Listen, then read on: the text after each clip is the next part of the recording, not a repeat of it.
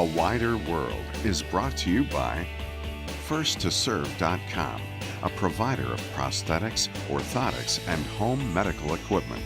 FirstToServe.com, an online store to serve your home healthcare needs. The Paralyzed Veterans of America is an advocate for healthcare, research, and civil rights, serving veterans since 1946. Life, Freedom, Independence. Each year, MORT helps 5,000 people with disabilities live in the community and realize their dreams. The Leukemia and Lymphoma Society. Our mission: cure leukemia, lymphoma, Hodgkin's disease, and myeloma, and improve the quality of life of patients and their families. And Art Van Furniture, the proud sponsor of the Candid Cancer series.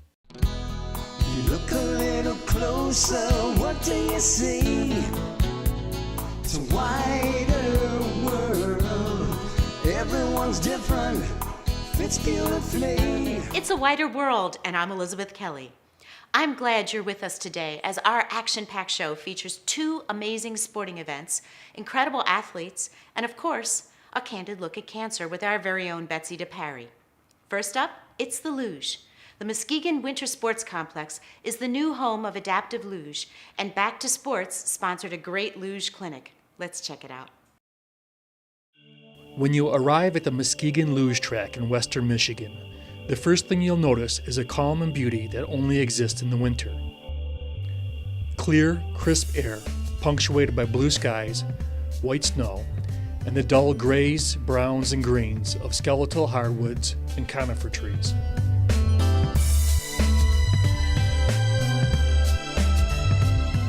Today, the silence doesn't last long, as 40 or so extreme athletes barge onto the scene, ready to plunge into one of the fastest, most thrilling sports known to man, winter luge. We want to take the blue sled with the red coupons up. The other one we're going to use down here. You got a chair that we're going up with? Yeah, Thomas. We need to take that chair up. We're going to get her right here, and we're going to put her on this sled and start playing around with her right here, getting the feel for on snow. And then we've got a sled just for that for her down here, and then the other sled they'll be using up there. So we got it. Both men and women are gathered to be part of this adaptive luge clinic put on by Tom Hernan, owner of Back to Sports, a company dedicated to teaching people with disabilities the finer aspects of outdoor recreation. Hernan was injured in a motorcycle accident many years ago. Now a paraplegic, he combines his love of the outdoors and his insight into adapting gear to help others experience the thrill of winter luge. Bring her up higher. And okay. It's just the main thing is, keep her everything together where she doesn't get too excited. Well, we're doing luge today. Adaptive luge. It's what you see in the Olympics, only a lot slower, of course. There's only 3 tracks in the United States, one in Park City, Lake Placid, and here. Muskegon, Michigan. Muskegon's the only public track where you could come out and take a Learn to Luge program and actually learn to do the sport. So we started adaptive in 2002. I learned in Park City, and then in 2006 I moved back to Grand Rapids and wanted to bring the sport back to this track with me, and this is our 5th year of doing a clinic here. So last year we had about 30 people, and this year we've got a few less, but still it's just much fun. We have a couple of cross-country sleds for people. The main thing is we're really working hard at trying to find grant funding to get a lift system put in. And the main objective is to make it so that somebody could come up here anytime and not have to wait for the clinic. We do the clinic once a year just because we have to get enough volunteers and all the logistics in place to get people to the top of the hill. Where if we had a lift system, you could come out here and do it any night you wanted to. And I come out on Tuesday nights. I couldn't this year because I broke my leg, but I came out 3 times a week last year and raced in our adult league and all that kind of stuff, and they just take you up on a snowmobile all the way around the back. So it's a long trip, and if you don't have a strong upper body, it's a pretty tough ride.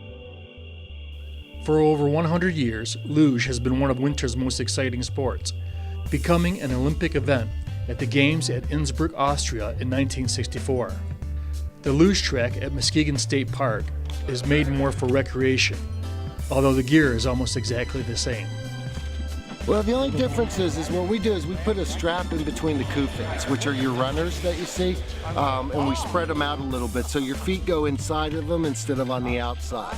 And then you're steering with your shoulders and a set of reins. And the reins are mainly to pull yourself up and maneuver your upper body if you don't have a lot of abs, where steering with your shoulders is pretty much, how you get it to bite. You're not making huge, it's not like you're steering a car. You're only making small direction changes left to right. So you're trying to keep it straight through like the straightaways and things along those lines. So the equipment's pretty much the same. It's like I said, we just add the reins, which they actually used to use reins, so they're still in the rule books. So there's no reason why someone in a wheelchair couldn't qualify someday to go to the regular Olympics. So there's no difference in the equipment or anything. And that's Hernan's ultimate goal, to get an athlete with a disability on the able-bodied Olympic luge team. We'd love to get some young kids into our junior development programs and right through the able-bodied system that we already have in place. And that's the whole idea, is not to create a whole new system for people with disabilities, but just to include them with the able-bodied people and make it so that we have the equipment and the track set up for people to get around it fine and that type of thing. Watching the lugers speeding down the frozen chute, banging off the sides, spraying ice as they pass, begs the question, is it safe? When you see at the Olympics, they're going 95 miles an hour. We're doing about 30 here. So there's a big difference in recreational luge versus your Olympic luge. And the equipment, the nice thing about the pod sled, and that's what we're in, is a pod sled, you're kind of protected with the fiberglass around you. So if you'll bang the walls, but you won't hit them too hard. And you're enclosed in the sled, and it's like being in a bank tube. And you send your money over to the bank teller. It's kind of like that, so it's kind of hard to come out of the track.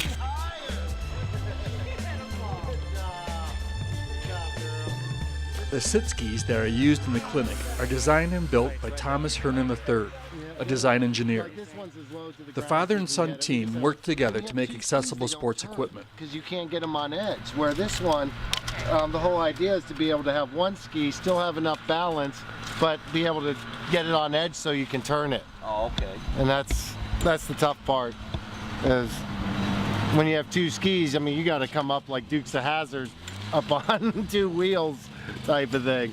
Hey, baby. Oh, yes. Well, to get around out here, that's one of the big obstacles I've always had, is getting around the luge tracks. I love being out on the snow, but just getting your wheelchair from, the car to the lodge and things like that, it was really tough. So my son's an engineer, and we have a business where we design wheelchairs for on snow, basically, and you can take the wheels off, put skis on it, and go out and do what you got to do and get you around. And the really great thing about it is I can go more places in the winter than I can in the summertime.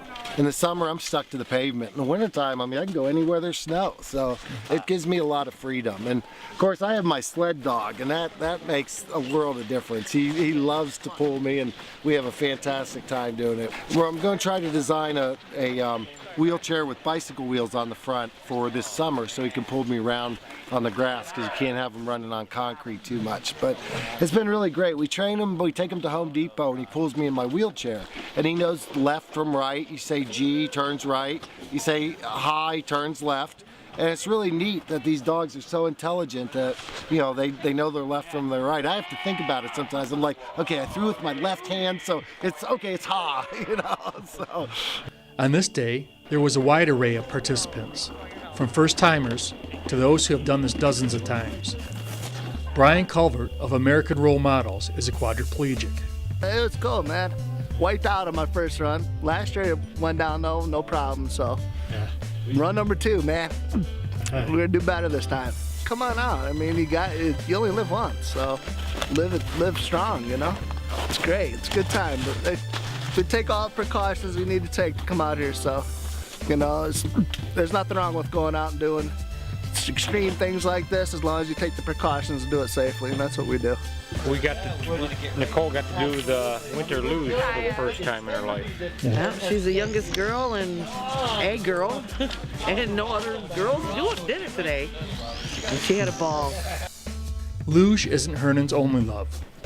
When he isn't out on the track, he's back at his workshop engineering adaptive gear for other sports he enjoys.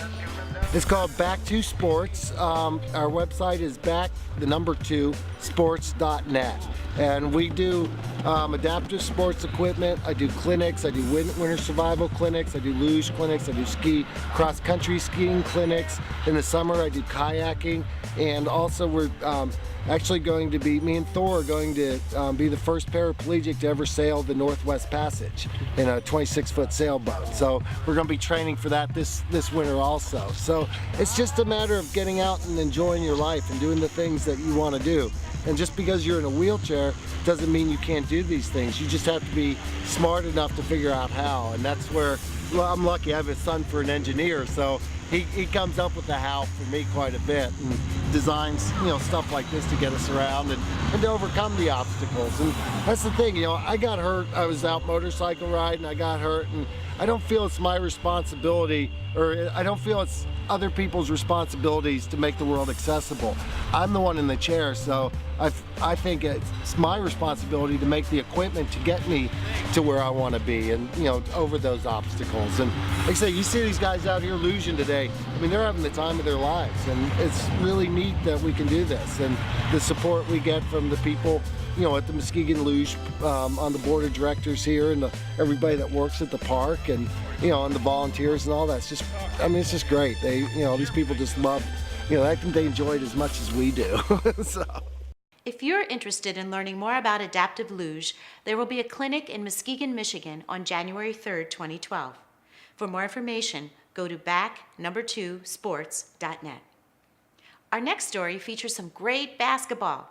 The Wright and Philippus Amputee Spartans, a team of stand-up amputee, and that's not wheelchair, basketball players, challenged traveling team AMP1, sponsored by Freedom Innovations, and the game was spectacular.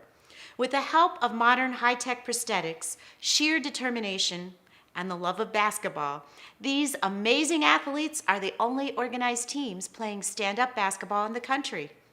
Let's take a look. Tonight's special because it's the first time that we're aware of there's ever been two full teams of prosthetic users playing in a basketball game, where you've got the people that are out here and they're playing hard. Obviously, you can tell it's a competitive game.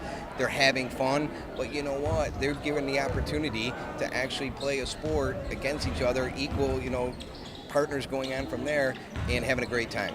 We're having just an awesome exhibition of basketball. AMP1 is a group of amputee basketball players who have traveled from across the country to come play us. Our group of the amputee team, that is a bunch of prosthetic wearers themselves.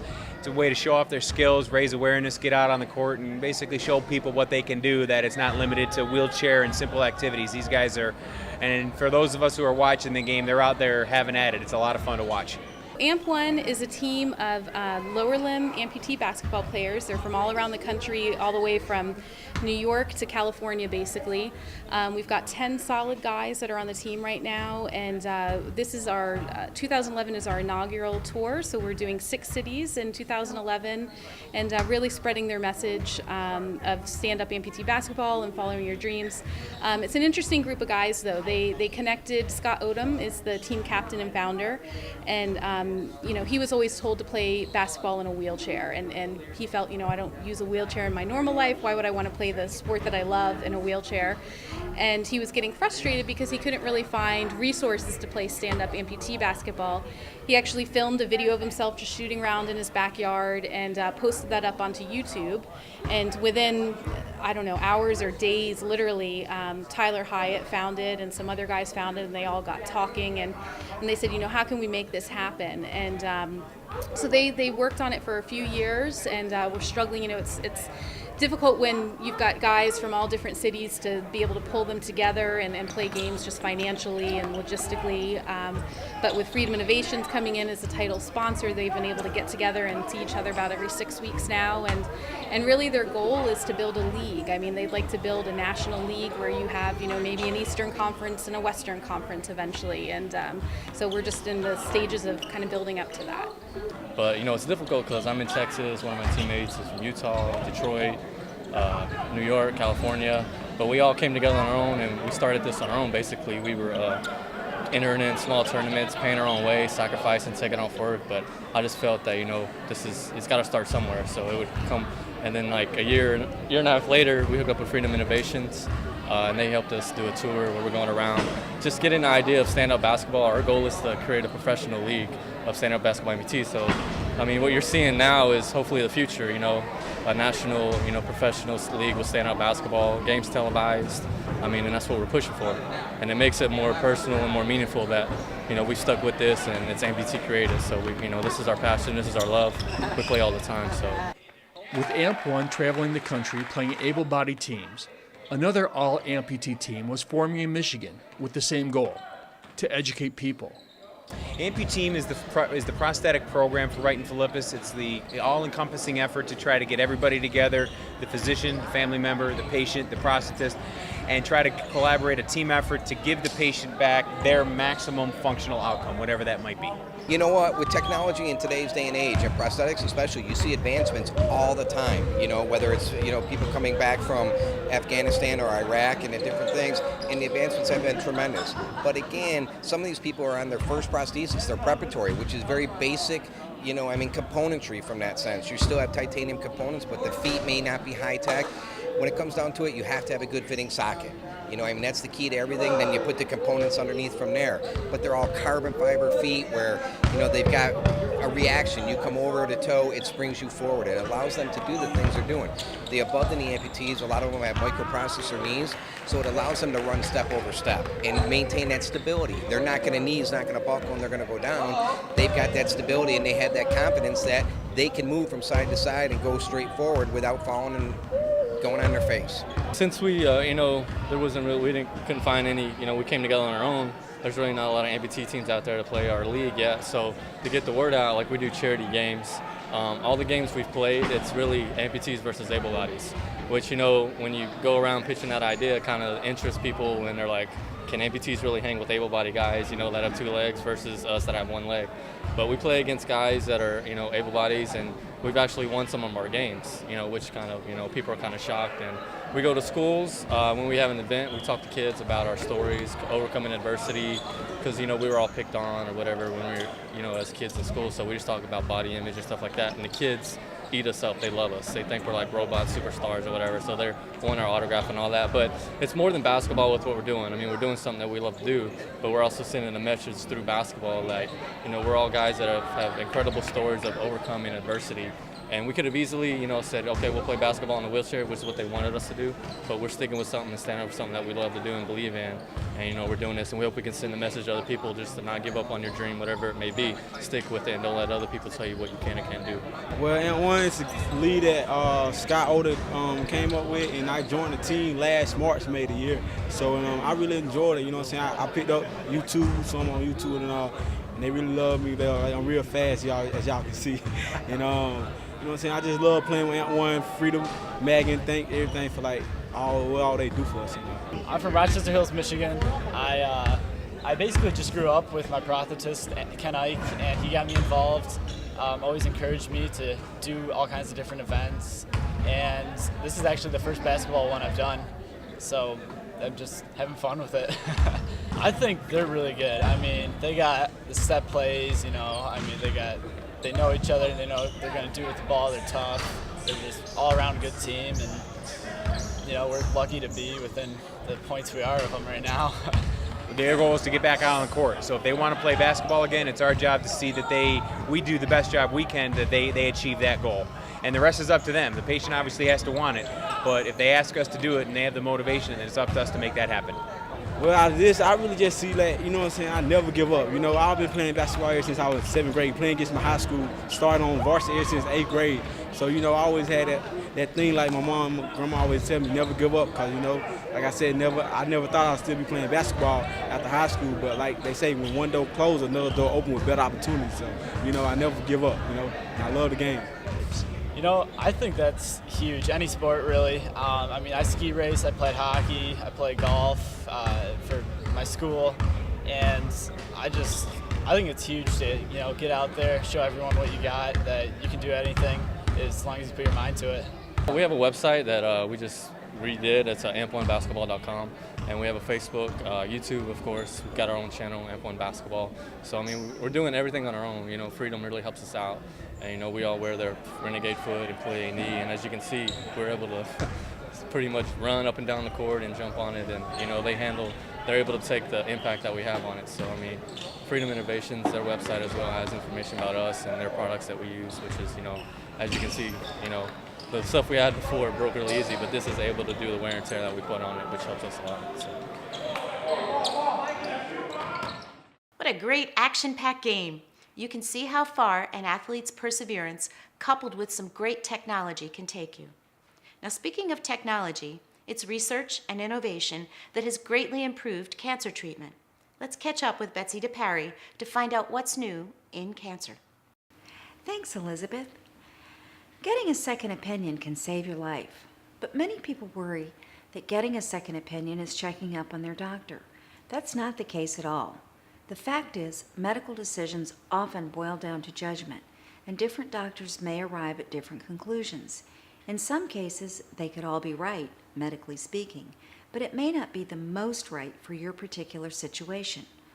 All doctors, even specialists, have personal preferences based on their own experiences, and they tend to recommend what they know best. Some other reasons to seek a second opinion: if you have a rare cancer, if you live in a rural area, if you have an HMO. You can also request a second opinion on the pathology report from which the diagnosis is made.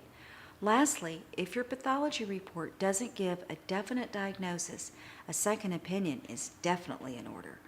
Let's find out what University of Michigan hematologist-oncologist Dr. Harry Erba has to say about the importance of second opinions in formulating the treatment plan. Just as experience and knowledge matters in everything, it especially matters when our lives are at stake. To put it bluntly, if your doctor has little or no experience in treating your particular type of cancer, it's a risk to put all of your confidence in him, and the only way to find out how many cases he's treated is to speak up and ask.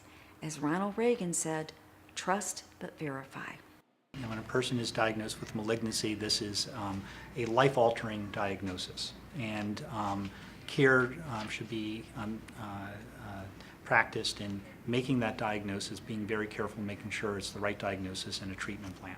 And so it makes sense to get a second opinion for such a major decision. But let me give a few practical pointers along the way, because at first glance that sounds easy, get a second opinion. But if the second opinion is the same as the first, okay, now you have two people thinking the same way, I should probably go ahead. But how about if the second opinion differs? And if the second opinion differs, then the patient is stuck in the middle, because the physicians are not going to say the other guy's wrong. The physicians are going to defend their recommendation. And then it puts the patient in a difficult spot where then they get a third opinion or a fourth opinion. And I've seen people get multiple opinions and honestly waste a lot of time in doing so. The thing about clinical medicine is there are often many ways to take care of one problem. I mean, we try to find the best way, but there could be different ways of approaching a problem. And so I think it's very important for the patient to feel comfortable with the physician that they find. It makes sense that you go to a physician who has expertise in specifically that area. We are sub-specializing in, for example, in academic medicine in the variety of malignancies. And so it makes sense that if you are diagnosed by a community oncologist and pathologist, to get a second opinion in an academic institution where the physicians tend to be specialized, meaning they've just seen more of the same thing and may have more experience in that patient's particular disease. And if you get a different opinion, you may then trust that opinion somewhat more than the first opinion.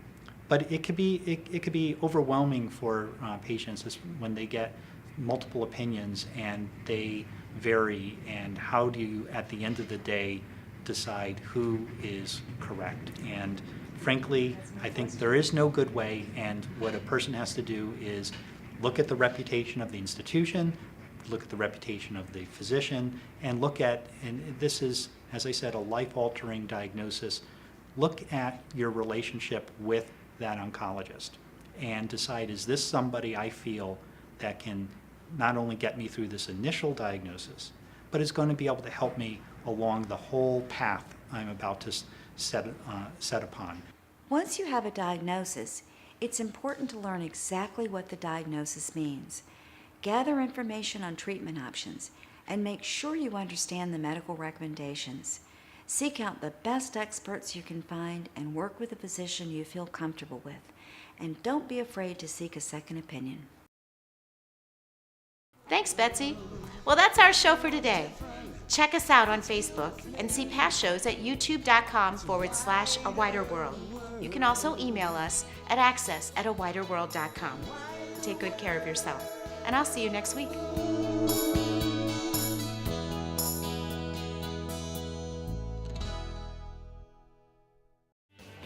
A Wider World is brought to you by FirstToServe.com, a provider of prosthetics, orthotics, and home medical equipment. FirstToServe.com, an online store to serve your home healthcare needs. The Paralyzed Veterans of America is an advocate for healthcare, research, and civil rights, serving veterans since 1946. Life, Freedom, Independence. Each year, MORT helps 5,000 people with disabilities live in the community and realize their dreams. The Leukemia and Lymphoma Society. Our mission: cure leukemia, lymphoma, Hodgkin's disease, and myeloma, and improve the quality of life of patients and their families. And Art Van Furniture, the proud sponsor of the Candid Cancer series.